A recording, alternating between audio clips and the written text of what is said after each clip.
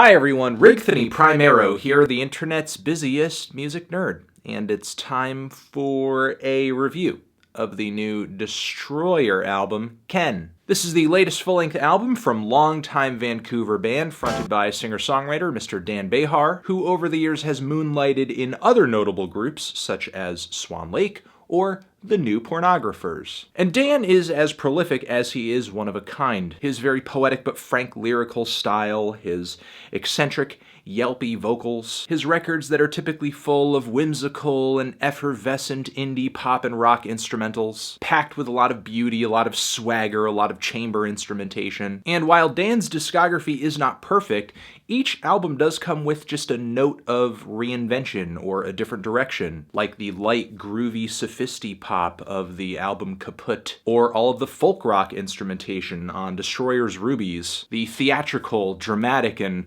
kind of stagey Poison Season that came out a few years ago. Also, Street Hawk, I think, has a super clear glam and David Bowie influence that often goes kind of underappreciated. And while it is not his most nuanced album, there are a lot of elements of Trouble in Dreams that I enjoy. You know, it's a pretty decent, brash, loud, in-your-face indie pop and rock album. So where Dan Behar would take the band on their next record is kind of anybody's guess, and it seems to be new wave.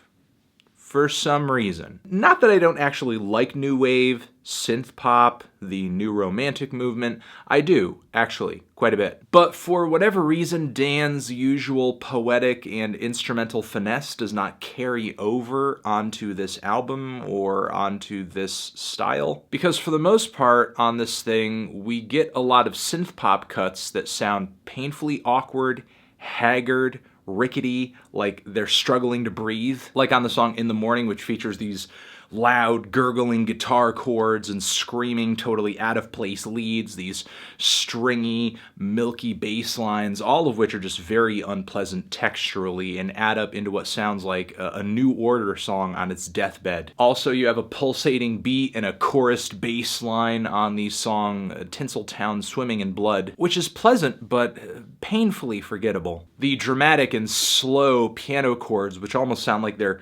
suspended in space on the opening of the song Rome, combined with the dramatic guitar chords, comes off like, I don't know, Dan Behar singing over a vaporwave instrumental. Eventually things on this track swell up toward the end and it sounds like this really off attempt at trying to sound romantic. I guess as romantic as taking your date out to McDonald's to order off the dollar menu with these glistening synthesizers and kind of half-hearted saxophone leads. At a few different points, the song Sometimes in the World tries to distract from just how cliche the instrumental is by introducing these roaring, distorted, brittle guitar chords that just totally smother everything and anything going on instrumentally. But this is not nearly as uninspired as the plain, boring guitar chord progression on the song Stay Lost, or the pitifully sputtering keyboard leads on Ivory Coast. It's so weird because I feel like the musical genealogy of what Dan is doing on this record is not that far removed from what he was doing on Kaput.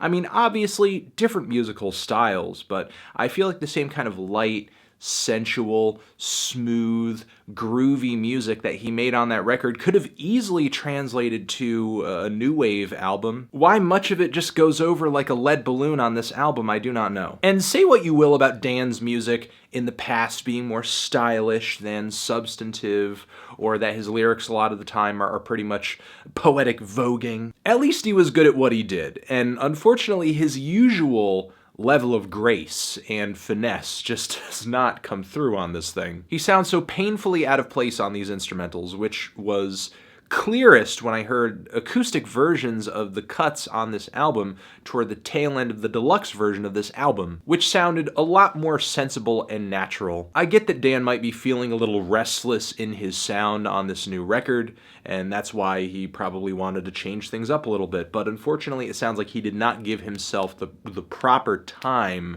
to acclimate this style to his songwriting, because a lot of the time it just sounds like he's meandering lyrically over these microwaved leftovers from the 80s, which do not play at all to Destroyer's usual level of showmanship and storytelling, though I will say Dan's vocal performances on this record did leave a lot to be desired. Even if this was an all-acoustic record, the singing could have been more exciting. There are a few cuts on here where Dan sidesteps this whole new wave aesthetic Cover from the Sun, as well as the very acoustic and spacey Saw You at the Hospital, but the former is a kind of straightforward and forgettable piece of sunshine pop where Dan does not write his best lyrics, while the latter only serves as a kind of sleepy acoustic interlude moment whose ending sort of morphs into a groaning drone. I did not care for this thing at all, unfortunately. I think this is actually Destroyer's most lackluster album since the earliest days of the band, when Dan was still kind of finding his footing as a songwriter. And once again, I feel like he's in that position because things just sound lost on this record, frankly. Just lost. The vibrance, the eccentricity, the drama, the tension, the sexiness, it's just really not here. And it's not being replaced with anything. Instead, this new record, it just sounds flat and lifeless and drab. And I'm just hoping things come back on the next album. That's all I can hope for. I'm feeling a strong 4 to a light 5 on this thing. Transition. Have you given this album a listen? Did you love it? Did you hate it? What would you rate it? You're the best. You're the best. What should I review next? Hit the like if you like. Please subscribe. And please don't cry. Just leave a thoughtful comment in the comments if you're feeling thoughtful. Over here next to my head is another Destroyer review. Probably a review of the last album. You can click on that, or you can click on the link to subscribe to the channel. We'll see you in the next one forever.